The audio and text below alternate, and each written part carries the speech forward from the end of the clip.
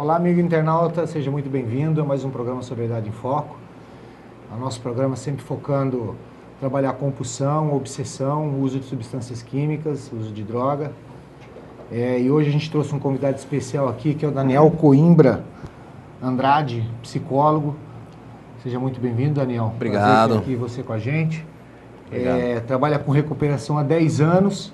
E hoje a gente vai colocar um tema assim que vem sendo muito discutido, né? Que é as internações compulsórias involuntárias. Então lá vai a minha primeira pergunta, Daniel. Como funciona essa internação involuntária? Ok. A internação involuntária dá início quando a pessoa, até certo ponto, está impossibilitada de decidir pela própria vida.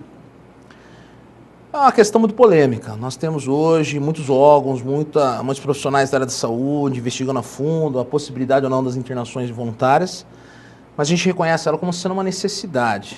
A internação involuntária ela funciona entre um acordo, né, dos familiares junto com esse dependente que não quer tratamento.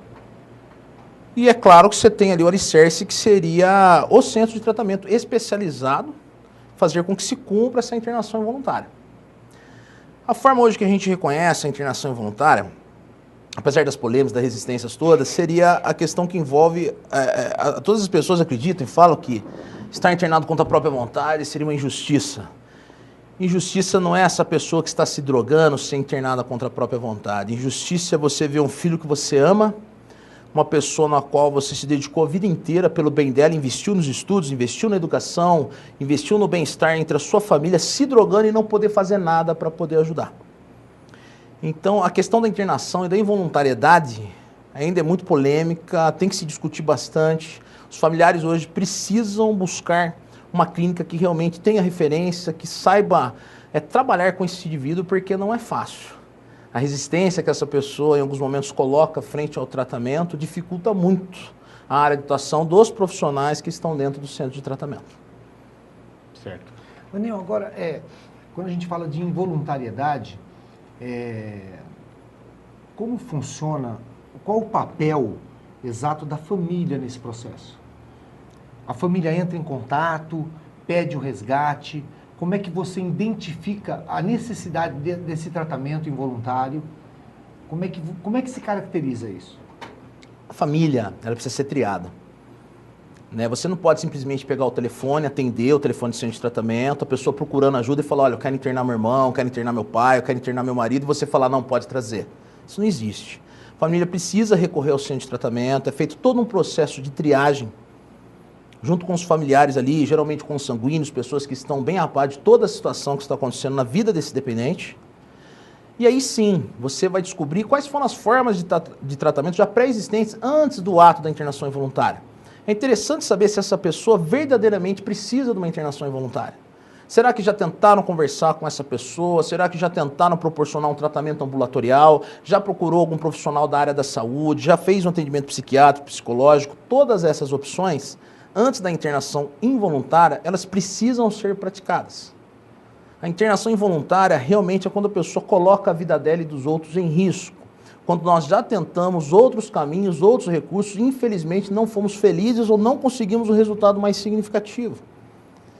Então a internação involuntária, ela existe como uma última instância de uma pessoa que já tentou não só o processo de conscientização, mas como todas as outras ajudas profissionais que existem e, infelizmente, não foi significativo o resultado, a pessoa continuou no processo de uso constante, colocando a vida dela e de terceiros em risco. Aí sim, a família, com todas essas possibilidades, ela procura o centro de tratamento, é feita todo o processo de triagem com esses familiares, e aí nós amadurecemos, então, a ideia dessa pessoa ser trazida, através de uma remoção especializada, para o tratamento. Então, a família tem que esgotar todos os seus recursos, é isso que você está dizendo para a gente? Sim.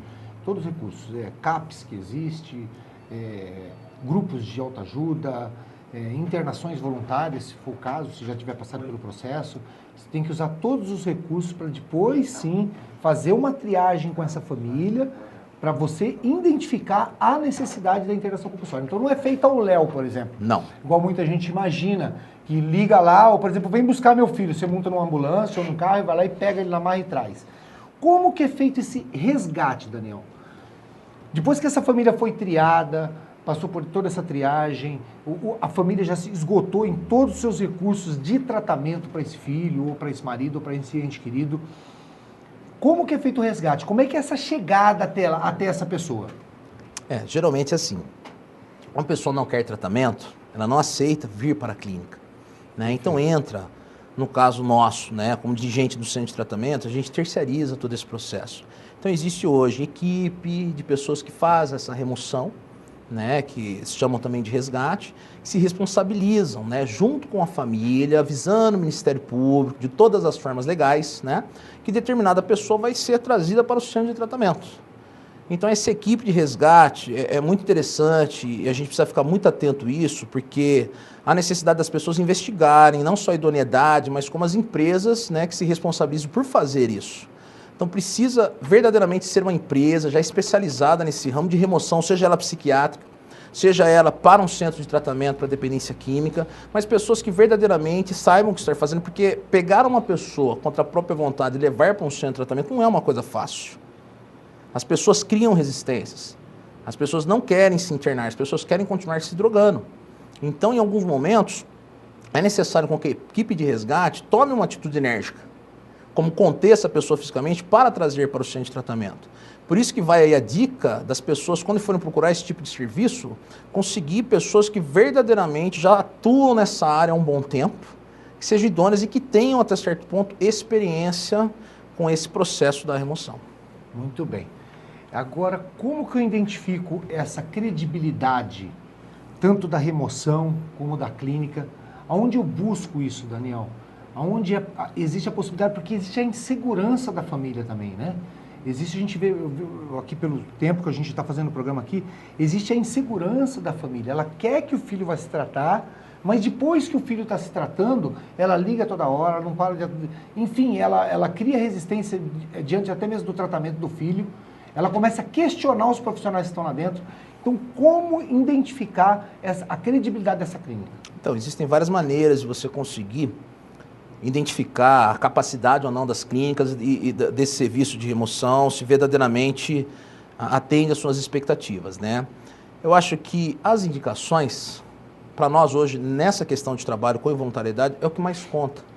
Quando nós temos uma pessoa que chega num centro de tratamento, que não quer se tratar, que cria resistências, que é uma pessoa agressiva, indisciplinada, desconfortável pelo fato de estar ali, e a gente percebe que essa pessoa aceitou o tratamento depois de 30, 40 dias, isso é algo que mostra a capacidade do centro de tratamento em transformar uma pessoa que não reconhecia a necessidade de ajuda e tratamento, no indivíduo que hoje está parando para pensar, para refletir, para reconhecer não só a necessidade de levar esse tratamento até o fim, mas conseguindo enxergar as consequências do uso de droga, da bebida, né, na vida dela, e aceita o tratamento até o fim. Então, eu acho que o maior exemplo de como procurar essa ajuda ainda continua sendo através das indicações de pessoas que já passaram por um centro de tratamento e que foram internadas de uma maneira involuntária, que indicam até certo ponto, determinado centro de tratamento, falando, olha, eu fiquei naquele centro de tratamento, não queria recuperação, mas depois acabei me identificando com o programa, com as pessoas, fui bem tratado, não fui agredido, não fui humilhado. Essas são situações muito importantes hoje, porque infelizmente existe um mercado despreparado de algumas pessoas que veem o centro de tratamento como simplesmente uma fonte de renda e atuam nessa área sem estar preparados ou visando só a questão financeira, né? Esquecem dos princípios básicos de você ajudar uma pessoa que está se drogando. Então, o boca a boca, as indicações, né? E pesquisar, acho que vale até mesmo pesquisar através da internet, através dos grupos que existem aí de familiares que já internaram, né, os seus parentes dentro do centro de tratamento. Tudo isso é muito importante aí antes de decidir, principalmente, ir para a clínica, conhecer a equipe de trabalho, conhecer os profissionais. Esse é o ponto mais importante para fazer o processo da internação. Você falou aí durante a sua fala, Daniel, que as pessoas esquecem quais são os seus princípios básicos. Quais são os princípios básicos que a gente está fazendo esse trabalho, que você faz esse trabalho? Quais são esses princípios básicos, Daniel? Os dirigentes do centro de tratamento, assim como os profissionais que atuam, precisam identificar que esse dependente que vem para a clínica, ele não é uma pessoa que está transbordante de amor e de alegria por estar internado. É uma pessoa que, infelizmente, encontra-se numa condição mental, espiritual, física extremamente comprometida. Então, é uma pessoa que fatalmente lhe terá trabalho. Ele é uma pessoa que não vai querer participar do processo terapêutico, ele vai querer manipular, agir com desonestidade, distorcer todas as coisas para querer ir embora. As fugas e as tentativas são constantes. Então, se você não tiver capacidade emocional, através da tua equipe, em lidar com tudo isso e ter todo esse desgaste, você não está preparado para atender esse perfil de pessoas. Então, quais são os princípios? Não tem como a gente não colocar.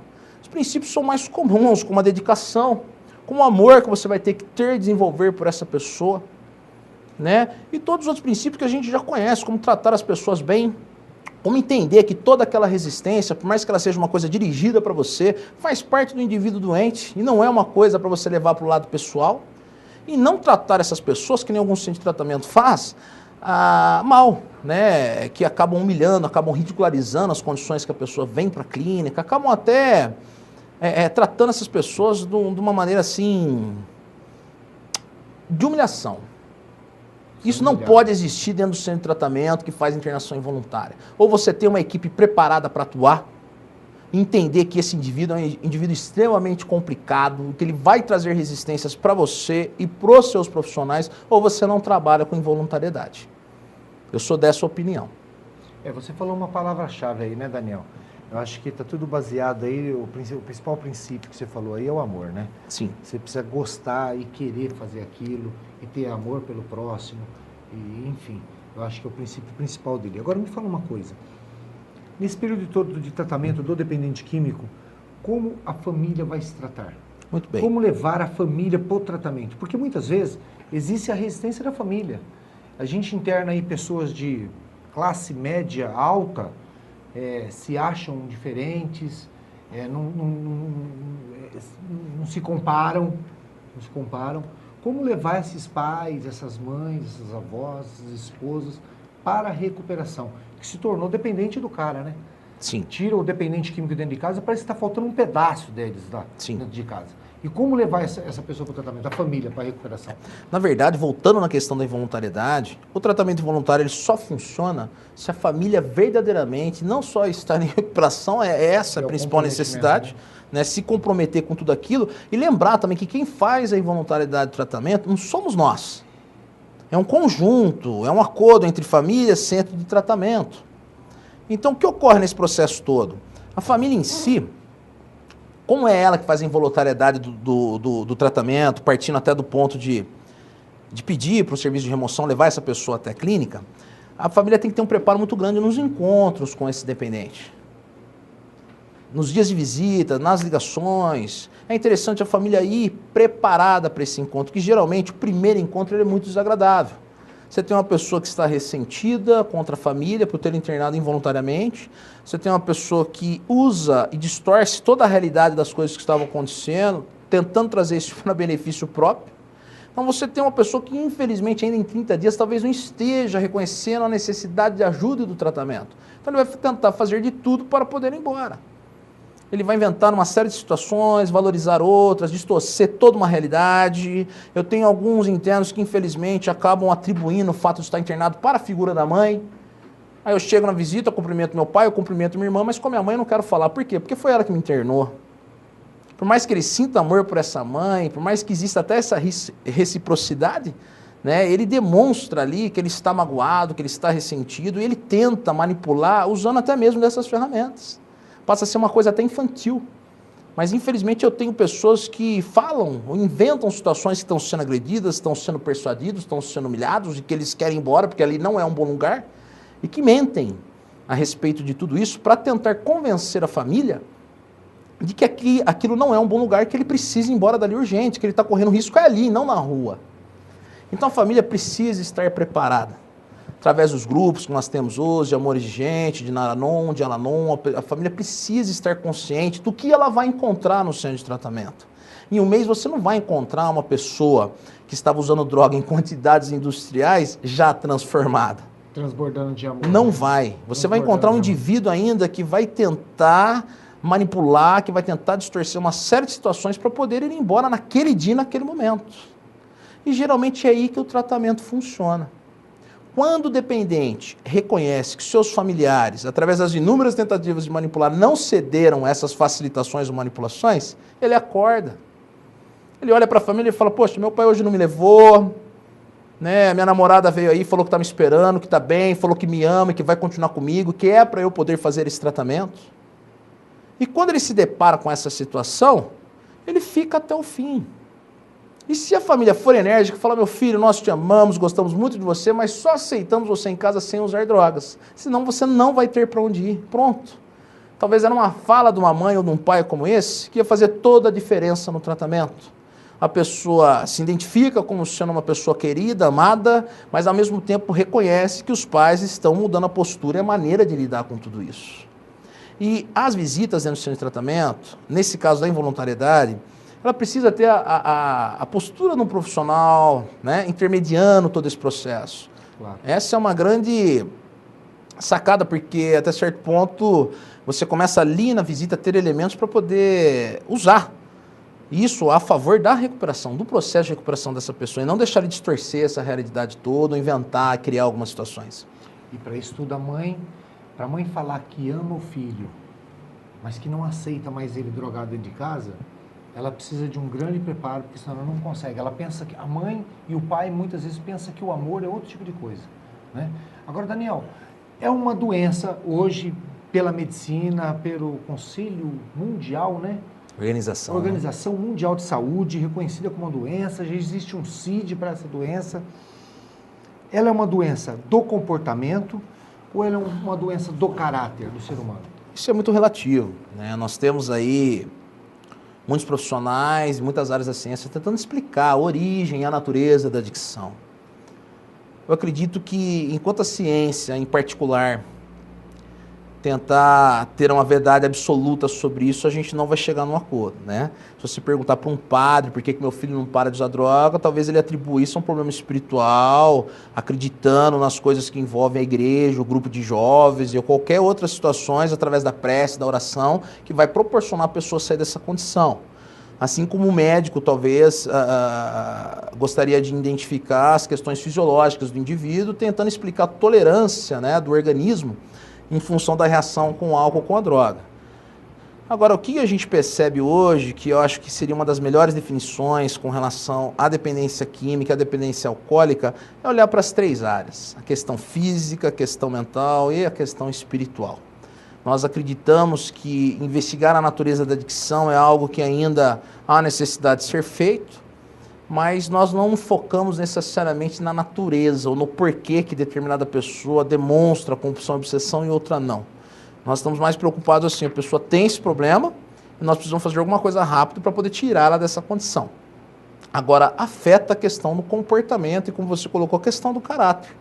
O dependente químico, ele não pode chegar para a mãe e falar, olha mãe, hoje eu vou sair para poder usar crack com os meus amigos. Ele tem que mentir.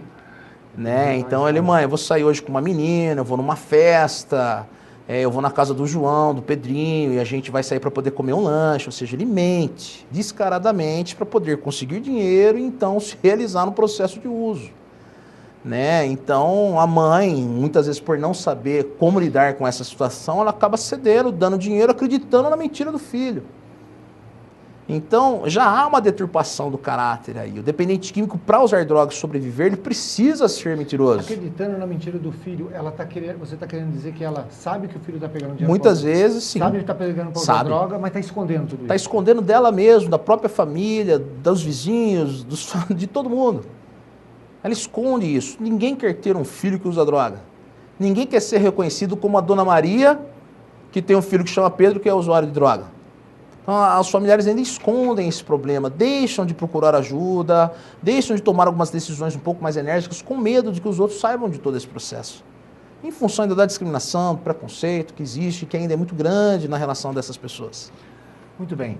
Então, não existe um remedinho milagroso que o médico vai dar e que a pessoa vai parar de usar droga.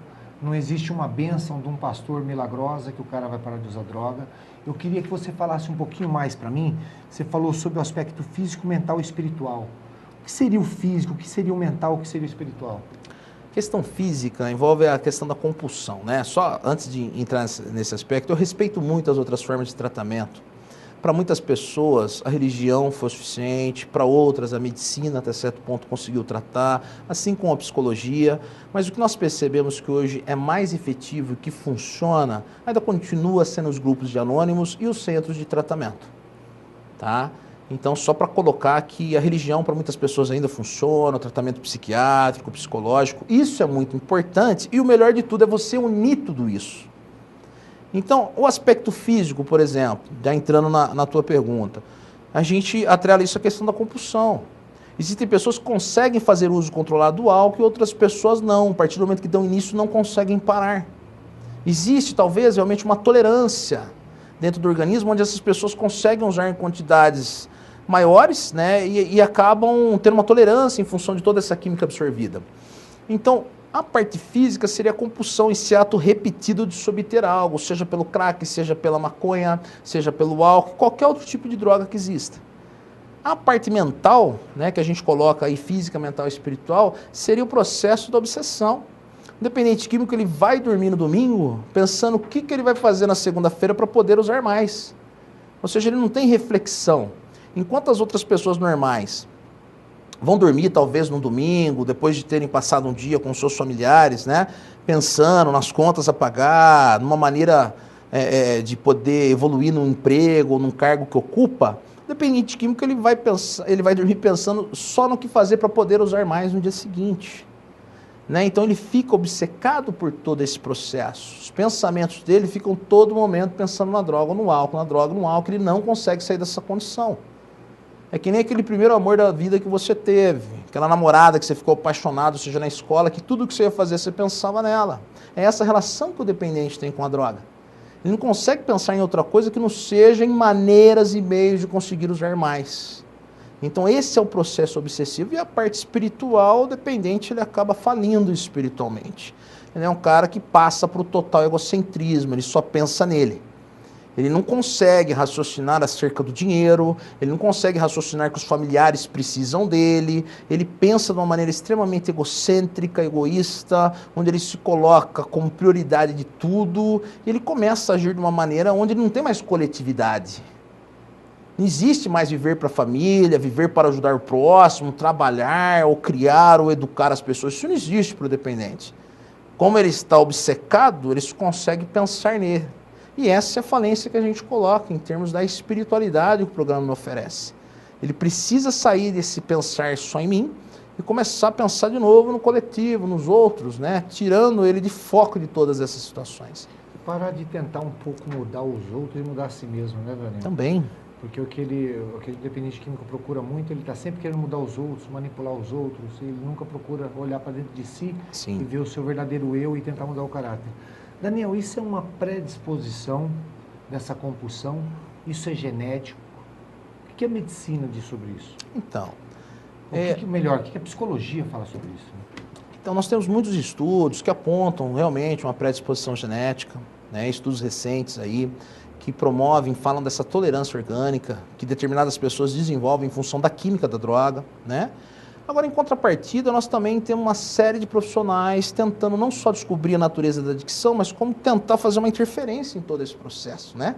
Que é o mais sensato. Mas ainda nós não temos nada mais palpável, né? Que nem eu te disse, eu acho que vale mais a pena a gente tentar olhar que o problema já existe e que nós precisamos trabalhar em cima disso. Acho que hoje o centro de tratamento, ele não está preocupado com a natureza da adicção. Ele trabalha com algo emergente. Se aquela pessoa continuar usando droga, ela não só coloca a vida dela em risco, como a de terceiros. Então eu não vou ali necessariamente olhar para a natureza da adicção, vou olhar para o problema que ele já existe e tratar da recuperação desse indivíduo.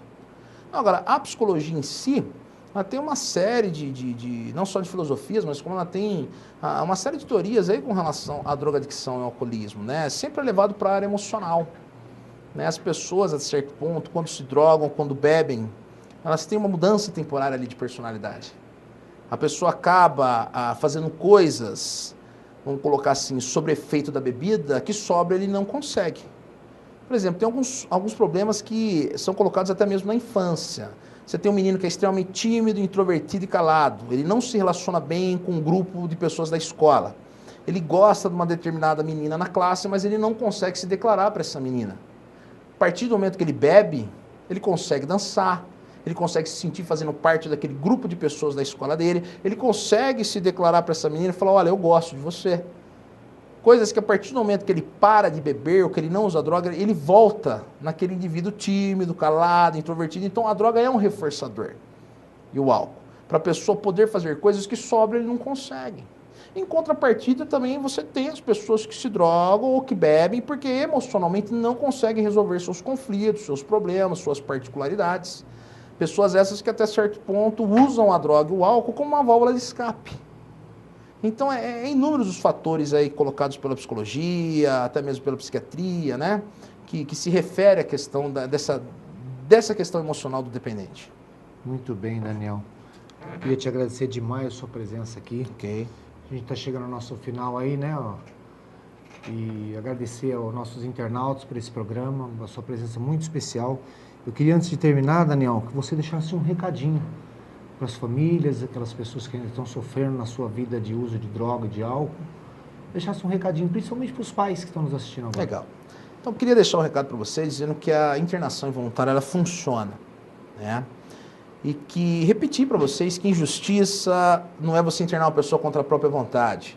Injustiça é você ver seu filho que você ama, o seu marido ou seu ente querido se drogando, ficando numa condição de rua e não poder fazer nada para ajudá-lo. Então peço para vocês que vejam isso com muito carinho na hora que vocês forem abordar. Existe não só esperança, mas como a possibilidade dessa pessoa voltar para vocês de uma maneira mais segura, conviver com os familiares. E a gente não só torce por isso, como a gente trabalha para isso. E obrigado a oportunidade. Obrigado, Daniel. Obrigado, Okay. amigo internauta, por estar presente mais essa noite aqui com a gente. Eu queria deixar um recadinho também. Amem seus filhos e saibam amar seus filhos. Principalmente saibam amar seus filhos. Muitas vezes a gente não sabe amar o nosso filho. A gente pensa que está dando tudo de tudo para eles e está fazendo sempre o bem, o melhor. A gente não sabe amar. A gente muitas vezes não conhece nem um filho pequeno que está na escola. Depois que ele cresce, fica pior ainda a situação. Então, muito obrigado, internauta. Boa noite. Fiquem com Deus. Muito obrigado.